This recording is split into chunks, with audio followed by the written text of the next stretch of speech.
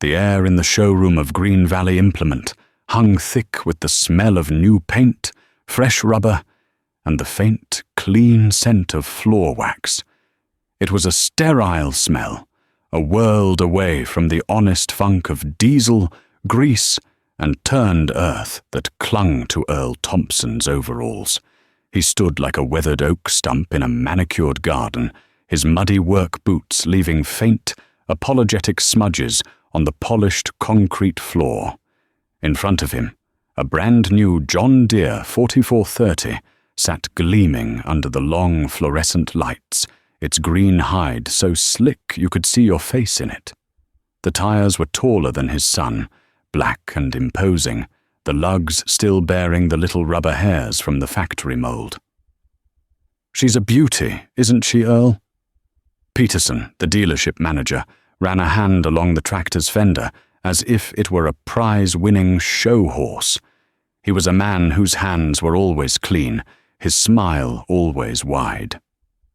125 horses at the PTO, quad-range transmission. And this? He tapped a manicured finger on the glass of the sound guard cab. This is the future. Air conditioning, heater, radio. You can plow for 12 hours straight and come out feeling like you just sat in your living room recliner. Earl grunted, his eyes tracing the lines of the machine. He could appreciate the engineering, the sheer power of it. But he also saw the complex hydraulics, the web of wiring, the sealed components that a man couldn't fix himself with a wrench and some grit. He saw a payment book as thick as a Bible. "What's the sticker on it?" Earl asked, though he already had a good idea. Peterson's smile didn't falter.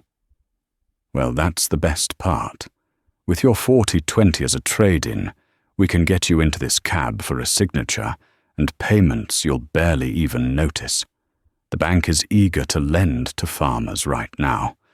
They know the price of corn is only going one way, and that's up." Right on cue, the showroom door swung open, and in walked Frank Miller. Frank was 10 years younger than Earl, with a full head of dark hair and the restless energy of a man who thought he had the world by the tail. He'd just bought the 80 acres bordering Earl's south pasture, financed to the hilt, and was already talking about tiling it and putting in corn. He strode right over, slapping Peterson on the back. "Pete, you got those cultivator sweeps I ordered?" He glanced at the 4430, then at Earl, a smirk playing on his lips. "Thinking of joining the 20th century, Earl? Finally gonna put that old relic of yours out to pasture?" Earl's jaw tightened. His 1968 John Deere 4020 wasn't a relic. It was a partner. He knew every bolt, every grease zerk, every quirk in its synchro-range transmission. He'd rebuilt the injectors himself last winter on his workbench. The tractor didn't have a cab, just a fender-mounted radio in a dusty metal box that sometimes picked up WGN out of Chicago on a clear night. It didn't have air conditioning, but it had an honest breeze. Most importantly, it was his, title-free and clear, sitting in his machine shed. "My 4020 does the job just fine, Frank," Earl said, his voice low and even. "Does the job?" Frank scoffed, walking a circle around the new tractor. "Earl, this thing will do the job of 2 of your old Poppin' Johns. You're plowing with 4 bottoms, 3 miles an hour? I'll be pulling 6 bottoms at 5.5, listening to the ball game in air-conditioned comfort. It's not about just doing the job anymore. It's about efficiency, bushels per acre, getting big or getting out.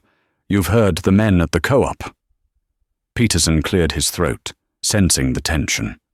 "Frank's right about the efficiency, Earl. This machine, with the right implement, can cut your time in the field by 1/3. Think what you could do with that time. Pick up some custom work, rent another 80.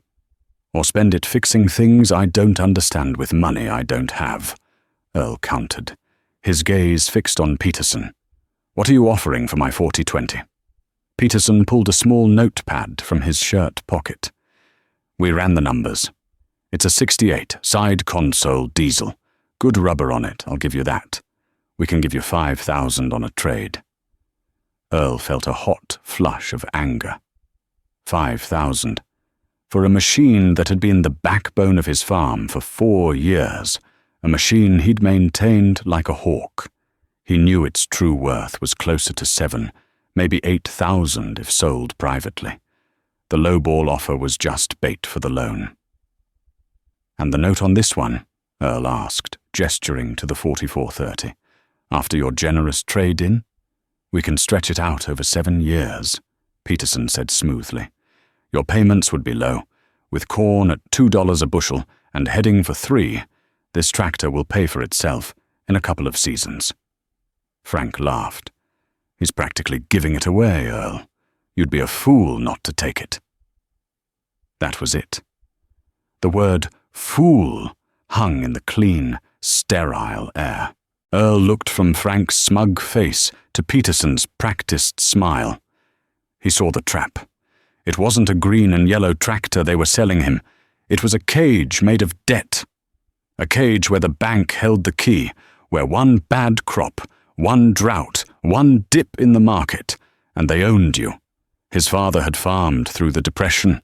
He'd told Earl stories of neighbors who lost everything, men who had trusted the easy credit of the 1920s, only to be wiped out. "Never bet the farm, son," his father had said, his voice raspy from years of dust and hard work, "because the farm is all you've got." Earl took a step back from the gleaming machine. He looked at his own hands, the knuckles scarred, the fingernails permanently rimmed with black from grease and soil. These hands knew how to fix things. They knew the heft of a 3/4-inch wrench and the feel of a worn-out bearing. They didn't know how to sign loan papers that stretched out to the horizon. "No thank you, Peterson," Earl said, his voice firm now. "I'll be keeping my 40/20. Frank stared at him, incredulous. "You're turning this down? Are you crazy? It's a business, Earl, not a museum." "My business is my own," Earl said, turning to leave. "I pay my bills with my own money. I sleep at night." He walked toward the door, the squeak of his boots on the polished floor the only sound in the showroom. He paused with his hand on the handle, turning back to look at the 2 men standing in the shadow of the new machine. "You boys enjoy that new tractor smell. I've got work to do." He stepped out into the bright April sunshine, the door hissing shut behind him. He took a deep breath of real air, tinged with the smell of damp earth and distant manure. He'd made his choice. He was sticking with Old Iron. He was sticking with what he knew, what he owned, what he could trust. As he walked toward his dusty Ford pickup, he couldn't know that this simple decision, made in a quiet showroom on a Tuesday morning, would set the course for the rest of his life and pit him against the very idea of modern farming. He was a man out of time, and the world was about to test just how long a man like that could last. Before we go any further into Earl's story, I have to ask you folks listening, have you ever been in a situation like that? Maybe not with a tractor, but with a car, a house, or a business decision. A moment where the world was pushing you one way toward the new, the shiny, the easy payment plan. But your gut was telling you to stick with the old, the reliable, the paid for. Let me know down in the comments what you did. I'd be mighty interested to hear your stories. Now, back to Earl. The spring of '72 was a wet one. The rain came down in sheets, turning the black Iowa soil into a thick, unforgiving gumbo. Earl watched from his kitchen window as Frank Miller's new 4430, equipped with big flotation tires, seemed to glide across the soupy fields, its 6-bottom plow turning over slick, dark ribbons of earth. The sound guard cab kept Frank dry and warm, a little bubble of progress moving across a drenched landscape. Meanwhile, Earl's machine shed felt more like a field hospital. His 4020, the tractor he had so proudly defended at the dealership, had developed a nasty cough. A deep, metallic knock from the heart of the diesel engine that started faint and grew louder with every hour of work. He'd finished dissing the North 40 when the sound became too alarming to ignore. He shut it down in the field, the sudden silence deafening, and walked the half-mile back to the house with the grim knowledge of what lay ahead. He spent the next 3 days, precious planting days, with the 4020 split in half in his shop. A chain hoist, bolted to a heavy oak beam his grandfather had installed, held the front end of the tractor aloft, engine, front axle and all. The back half, transmission, final drives and rear wheels, was blocked securely on heavy timbers. The concrete floor was a mess of drained oil, tools and tractor parts laid out carefully on old feed sacks. The diagnosis was as bad as he'd feared. A spun rod bearing on the number 4 cylinder. The work was brutal and meticulous. He had to drop the oil pan, a heavy, sludge-coated piece of cast iron. He carefully unbolted the connecting rod cap, his fingers, surprisingly nimble for their size, feeling for the telltale play. The bearing was shot, worn down to the copper, and it had scored the crankshaft journal. It wasn't a simple part swap anymore. The entire crankshaft had to come out. He worked by the light of a single bulb hanging from a cord, long into the night. The radio on his workbench played country music and grain market reports. Corn was up another 5 cents. Soybeans were climbing. Every report was a fresh twist of the knife. Out in the dark, the rain had finally stopped, but the fields were still too wet for anyone but Frank Miller and his new machine. The nearest machine shop that could turn a crankshaft was 60 miles away in Waterloo. He loaded the heavy, greasy shaft into the bed of his Ford pickup and made the drive, losing another day, while the machinist carefully ground the journal back to a smooth, true surface. Earl drove to the John Deere parts counter, the same one where he'd confronted Peterson, and ordered a set of undersized bearings, a full gasket kit, new piston rings, and a case of 30-weight oil. He paid in cash, the roll of bills in his pocket feeling significantly lighter as he walked out.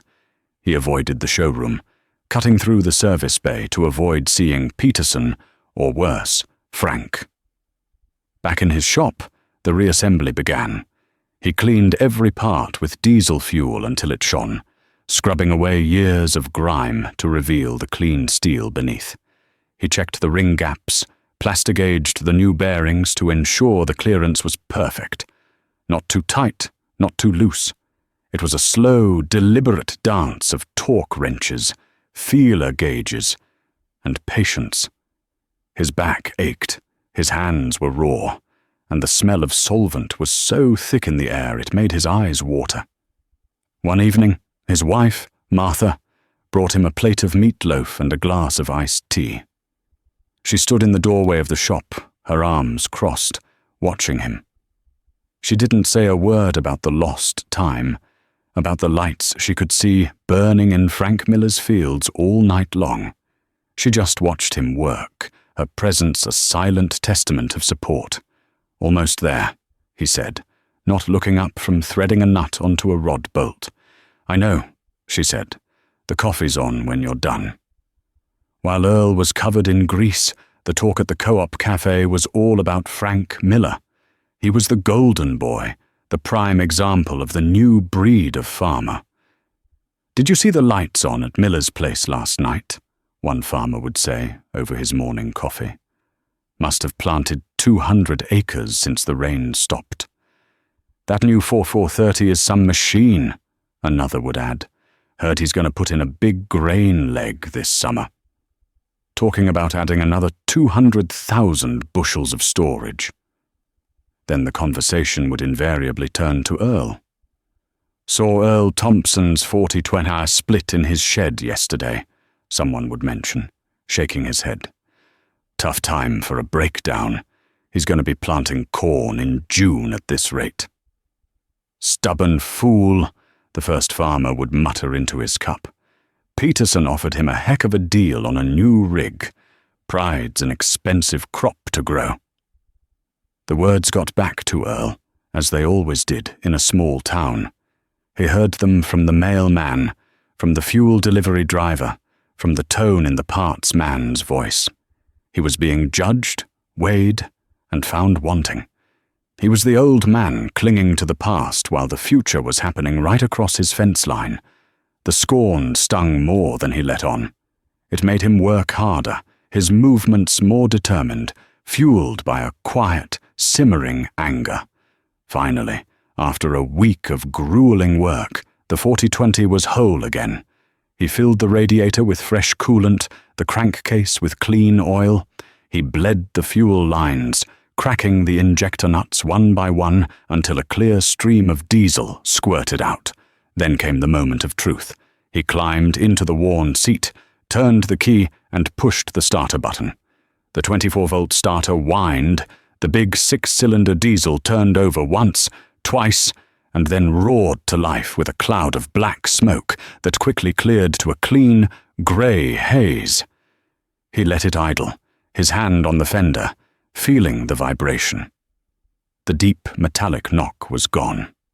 In its place was the familiar, rhythmic, healthy clatter of a John Deere engine. It was the sweetest sound he had ever heard. A wave of relief so profound it almost made his knees buckle washed over him. He had done it. He hadn't called a mechanic. He hadn't paid a dealership's exorbitant shop rates. He had faced the problem with his own 2 hands and won. But he was 10 days behind schedule. The soil was drying fast now, forming a crust on the surface. He worked from sunup to sundown, and then long after, his headlights cutting lonely paths through the darkness. The open station of the 4020 offered no protection from the elements. He choked on dust during the day and shivered in the damp chill of the night. Across the fence, Frank was already done planting. His corn would have a 10-day head start. Earl tried not to think about it. He just kept his eyes on the marker track, his hand on the hydraulic lever, his mind focused on the task at hand. He was behind, but he was in the race, and he owed no man a single dime for the privilege. The years between 1972 and 1975 were like a dream for the American farmer. The massive grain sales to the Soviet Union sent commodity prices into the stratosphere. Corn that had been $1.50 a bushel was suddenly selling for $3, then $3.50. Soybeans doubled. Land values skyrocketed. The mantra from the Secretary of Agriculture, Earl Butz, echoed from every grain elevator and co-op cafe. Get big or get out. It was a golden age, a time when it seemed the good times would never end. For Frank Miller, it was vindication. His big gamble on the new 4430 and the extra land had paid off spectacularly. With his high yields and the soaring prices, the tractor payments were a drop in the bucket. He traded the 4430 for a brand new 4630, even bigger, with more horsepower and dual rear wheels. He bought another quarter section of land, this time paying a price per acre that made old-timers shake their heads in disbelief. He put up 2 massive new grain bins, their corrugated steel sides shining in the sun like monuments to his success. His operation was the talk of the county. He was featured in the local paper, a picture of him smiling, leaning against the massive tire of his new tractor, the headline reading, "Local Farmer Embraces the Future." Frank became the unofficial spokesman for the new way of farming. He'd hold court at the cafe, explaining the benefits of leverage and cash flow to a rapt audience of younger farmers. "You got to use the bank's money to make money," he'd say, gesturing with a coffee cup. "Debt is a tool, just like a plow. The old ways of saving up and paying cash, that's for your grandpa. In this economy, if you're not expanding, you're shrinking. You're dying." And when he said that, all eyes would subtly shift to the corner booth where Earl Thompson quietly ate his lunch. Earl had good years too. The high prices meant his bottom line was healthier than it had ever been. But his response was profoundly different from Frank's. He didn't leverage his profits. He didn't rush to the bank for a loan. Instead, he systematically erased what little debt he had. He paid off the small note on his combine. He paid off the mortgage on the original 80 acres his father had left him. With the leftover money from a bumper crop in '74, he didn't buy a new tractor. He bought a used International 12-foot chisel plow, paying cash for it at a farm auction. It was rusty but solid. He spent a week in his shop replacing the twisted shanks, putting on new points, and giving it a fresh coat of red paint. To everyone else, it looked like he was pinching pennies while a river of gold flowed by. Frank even cornered him by the feed store one afternoon.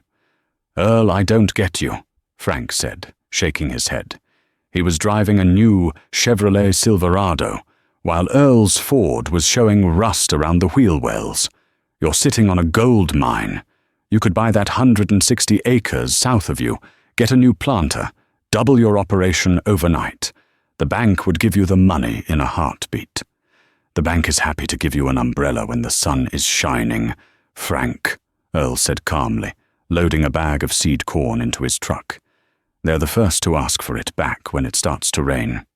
"It's not going to rain," Frank laughed, a booming, confident sound. "This is the new normal, old man. The world needs our grain. Prices are never going back down." Earl just nodded and shut his tailgate. He was seen as a relic, a man so terrified of risk that he was missing the opportunity of a lifetime. The whispers in the community weren't just about him being stubborn anymore. They were tinged with pity. "Poor Earl," they'd say. "His dad's Depression-era thinking is costing him a fortune. His boy will probably have to sell the place when he's gone, because it'll be too small to make a living on." Earl heard the talk, but he held his course. He trusted the lessons of the past more than the promises of the present. He trusted the feel of a paid-in-full title in his hand more than a banker's smile. He kept his 40-20 running like a top. He changed the oil every 100 hours, kept the fuel filters clean, and greased it religiously. It looked old next to Frank's ever-expanding fleet of new green machines, its paint faded by the sun, the seat cushions cracked. But it started every time he turned the key. He and Martha lived simply. They put a new roof on the house, paying the contractor with a check that didn't bounce. They put money away for their son's college education in a simple passbook savings account at the local bank. Every dollar of profit was a brick in a wall he was building around his family, a wall against the unknown. As the fall of 1978 approached, the first cracks in the golden facade began to appear. Earl was listening to the radio in his shop one night, sharpening the blades on his sickle mower. The farm report was still bullish, talking about export demand and strong prices. But after the report, the national news came on. The newscaster's voice was grave, talking about a fellow named Paul Volcker being appointed as the new chairman of the Federal Reserve. He spoke of runaway inflation, of the need for monetary discipline. And then he said a phrase that made Earl put down his file and listen intently. A prime interest rate that had just climbed into the double digits. 12%. A cold knot formed in the pit of Earl's stomach. He thought of Frank Miller, with his new tractors, his new bins, his new land, all of it financed. He thought of the millions of dollars in operating loans the bank had extended to him and farmers like him. Loans with variable interest rates. The sun was still shining, but Earl could feel the air getting colder. He could smell rain on the wind. The summer of 1980 arrived like a judgment. A high-pressure dome settled over the Midwest and refused to budge, the sky a pale, hazy lid on a simmering pot. Day after day, the The sun beat down with a white-hot intensity, baking the moisture from the topsoil until it cracked like old pottery. Corn leaves, which should have been broad and green, curled inward on themselves, turning a sickly, greyish colour as they fought to conserve every drop of water. The air was so still and thick, you could feel the weight of it in your lungs. Earl watched the sky every evening from his porch, a habit ingrained from a lifetime of farming. He saw no relief. The horizon would glow orange and purple, a beautiful, cruel spectacle that promised nothing but another sweltering day. His corn was suffering, there was no doubt, but his deep, black soil held moisture better than most. He'd chisel-ploughed his stalks the previous fall with his old International, a practice that left more residue on the surface and helped trap what little rain they got. He cultivated his rows slowly with the 40-20, breaking the crust to create a dust mulch, an old farmer's trick to slow evaporation. He worked in the cooler hours of the early morning and late evening, the open station of his tractor, a furnace during the day. But a blessing when the sun went down and the slightest breeze stirred. Across the fence, Frank Miller's operation was a different story. His fields, ploughed clean in the fall with a big moldboard plough, were exposed and vulnerable. The ground was hard as concrete. Frank's massive 4640 tractor, with its powerful engine and dual wheels, was designed for speed and scale, not for the delicate work of cultivation. He tried, but the heavy machine compacted the soil between the rows, doing more harm than good. He spent most of his days inside the air-conditioned cab, the roar of the engine and the radio a barrier against the grim reality visible through the tinted glass. The first real sign of trouble for Frank came not from the sky, but from deep within his machine. He was trying to disc a patch of ground he'd intended for late soybeans when the tractor's steering suddenly went heavy. A warning light, a small, angry red eye on the sophisticated dash, began to flash. The three-point hitch wouldn't lift. He shut it down in the middle of the field and climbed out into the oppressive heat. A thin stream of hydraulic fluid, shimmering in the sunlight, was trickling from the belly of the tractor. He called the dealership, and it was 2 days before a service truck could get out to him. The young mechanic in a clean green uniform hooked up a set of pressure gauges to the hydraulic block, his face grim. The diagnosis was catastrophic. The main hydraulic pump, a complex, high-pressure piston pump that powered the steering, brakes, and all the implements, had failed. It had sent metal shavings throughout the entire system. "It's all contaminated," the mechanic said, wiping sweat from his brow with the back of a greasy hand. "We'll have to flush the whole system, replace all the filters, and the pump itself will have to be rebuilt or replaced. It's a big job."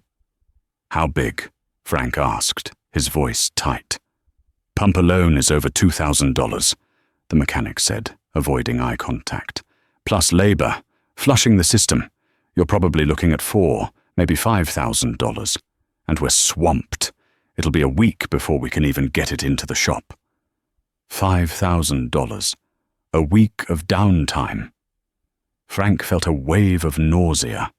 His operating loan for the year was already stretched to its limit. He'd borrowed heavily to buy seed and fertilizer, banking on $3 corn and 180 bushel yield. Now, with the drought strangling his crop and his main tractor down, the numbers were starting to look terrifying. He saw Earl out in the adjacent field that evening, the familiar profile of the old 4020 and a 4-row cultivator, moving steadily through the twilight, a small, stubborn ship navigating a sea of trouble. For the first time in years, Frank didn't feel superior. He felt a cold spike of fear. The cracks in Frank Miller's empire began to show. His name started appearing on the past due list at the co-op. The fuel truck driver mentioned to Earl that he'd been told to get a check from Frank on delivery. No more credit. The confident swagger was gone, replaced by a haunted, defensive look. The conversations at the cafe changed. The talk of Frank's success was replaced by hushed speculation about the size of his debt, the whispers growing louder as the prime interest rate, the one tied to his massive loans, climbed from 12% to 15%, then to an unthinkable 18%. Every percentage point was another nail in his financial coffin, another turn of the screw by the banker who had once been his biggest cheerleader. The fall of 1981 was the breaking point. The drought had crippled the harvest. Yields were down by half. To make matters worse, a grain embargo against the Soviet Union, a political move made in a faraway capital, sent commodity prices plummeting. The market was flooded with grain that had nowhere to go. Corn that Frank had counted on selling for $3 a bushel was now barely fetching $2. It was a perfect storm of high interest rates, low yields, and collapsed prices. For Earl, it was a painful year, but not a fatal one. His yields were down, too, but his costs were a fraction of Frank's. He had no tractor payments. He had no land payments. His biggest expense was fuel and seed, which he paid for with cash from the previous year's crop. He tightened his belt, put off buying a new set of tires for his truck, and told Martha they'd have to make do. They would survive. For Frank, survival was no longer an option. The math had become an impossible, brutal equation. The value of his land, which had been his primary collateral, was collapsing as fast as the price of corn. Land that had been appraised at $2,000 an acre was now struggling to find a buyer at $1,000. He was upside down, owing the bank far more than his entire operation was worth. The certified letter arrived on a cold November day. Earl saw the mail carrier's car stop at Frank's mailbox, saw Frank walk out to get it. He watched as his neighbor stood there by the side of the road, reading the single sheet of paper, his shoulders slumping, as if under an immense physical weight. Frank didn't go back to the house. He just stood there for a long time, staring at the brown, withered corn stalks in his fields, the monuments to a dream that had died. The bank showed no mercy. They had their own pressures, their own books to balance. Frank Miller, the golden boy, had become a liability. The foreclosure notice went up in the post office and in the classified section of the county newspaper. The date was set for a public auction. Saturday, March 12th. Everything was to be sold. The land, the machinery, the tools, the house. An entire life's ambition, liquidated to the highest bidder. The day of the auction was grey and cold, a biting wind whipping across the barren fields. Half the county was there, parked in rows along the gravel road. It wasn't a celebration. It felt more like a wake. Farmers stood in small, quiet groups, their hands in their pockets, their faces grim. They were there to pick over the bones of a fallen neighbor, but they were also there out of a morbid curiosity, a terrifying recognition that it could just as easily be them. The same bankers who had pushed them to borrow and expand were now the ones wielding the auctioneer's gavel. Frank and his wife stood on the porch of their house, looking like ghosts. His face was pale and drawn, hers red-rimmed from crying. They watched as the crowd poured through their belongings, the tools laid out on hay racks, the household goods tagged with lot numbers. Earl was there, standing near the back of the crowd by his old Ford pickup. He hadn't come to gloat. He felt a profound sadness, a sickness in his stomach. He saw Frank's 4640, the one he'd bought to replace the 4430, looking worn and tired. A small puddle of oil was pooled under its engine. The auctioneer, a fast-talking man in a cowboy hat, started the bidding. The tractor that had cost Frank nearly $40,000 just a few years before sold for $12,000. The massive grain bins, symbols of his ambition, were sold for scrap value to be torn down. Piece by piece, Frank's empire was dismantled in a matter of hours. his dreams sold for pennies on the dollar under the cold March sky. The auctioneer moved through the machinery, then the tools, and finally, the land. They sold it in parcels. The 80 acres bordering Earl's south pasture, the first piece Frank had bought, went first. Then the quarter section he'd paid a premium for during the boom years.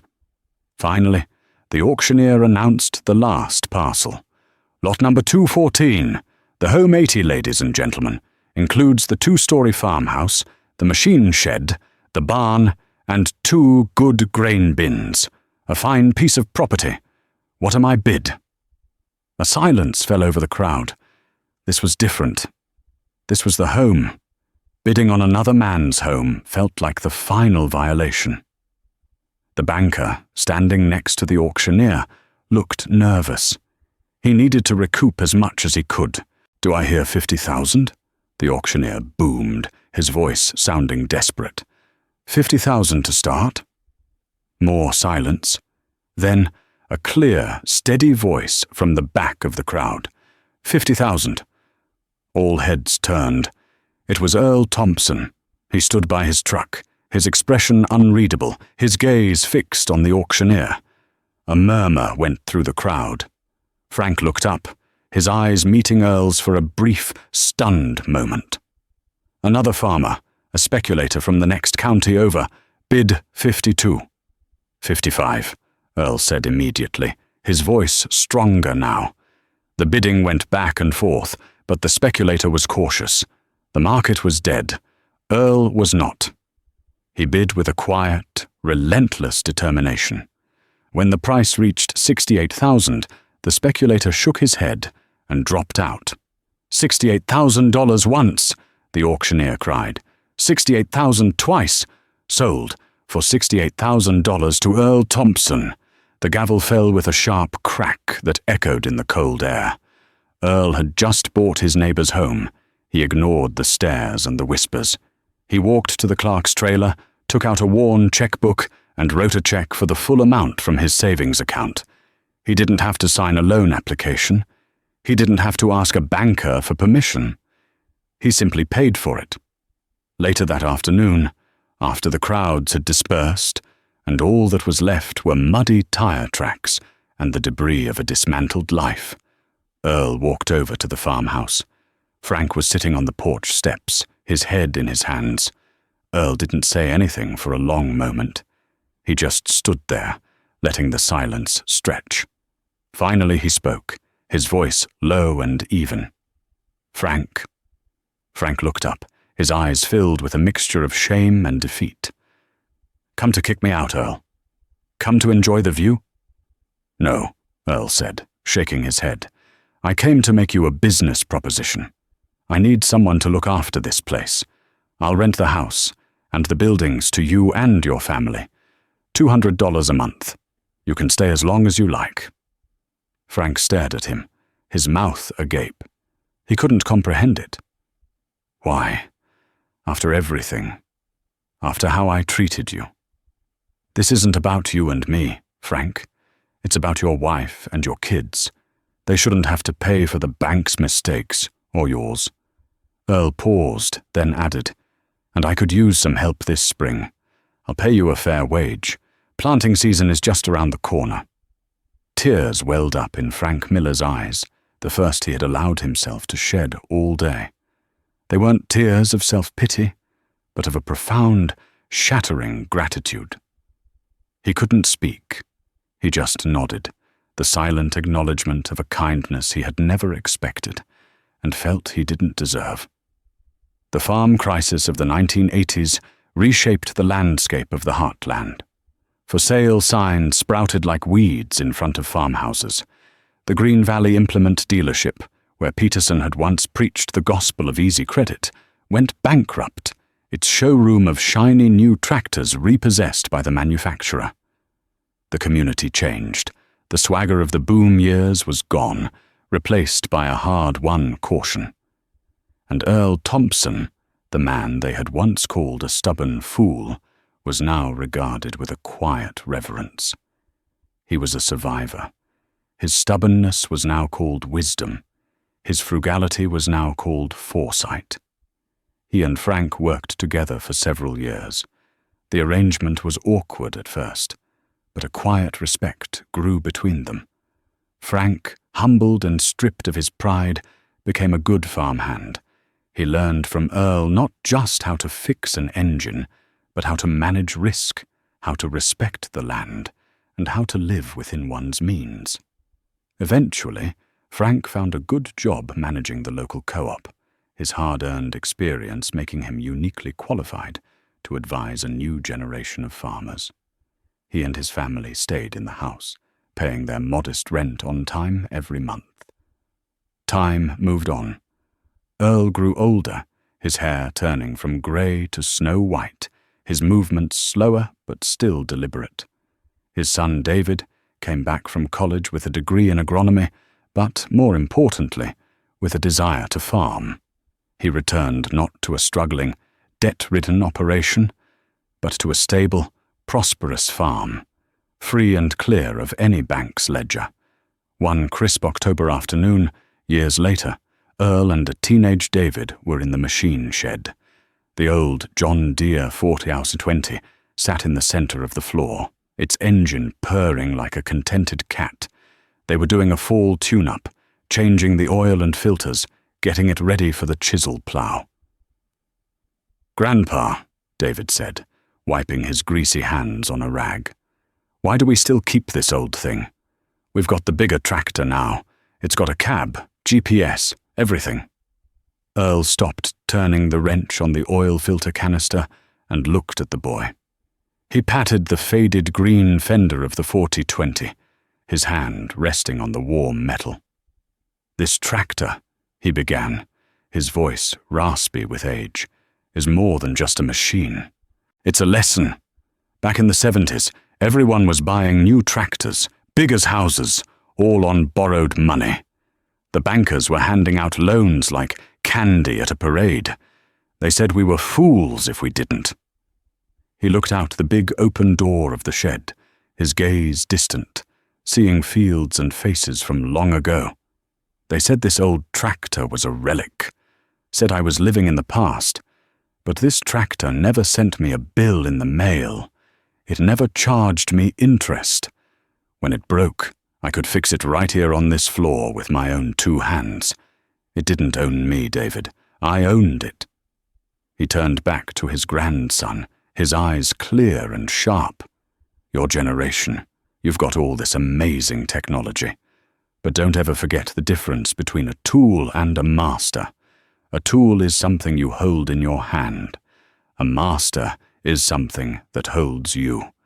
Debt can be a master. Pride can be a master. The desire for more, just for the sake of more, that can be the cruelest master of all."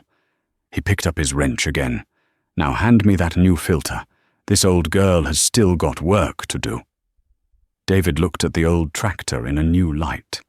He saw not just faded paint and worn tires, but a story of survival, a monument to a quiet wisdom that had weathered the storm. He saw the legacy he was inheriting, a legacy built not on acres or bushels, but on the solid foundation of self-reliance.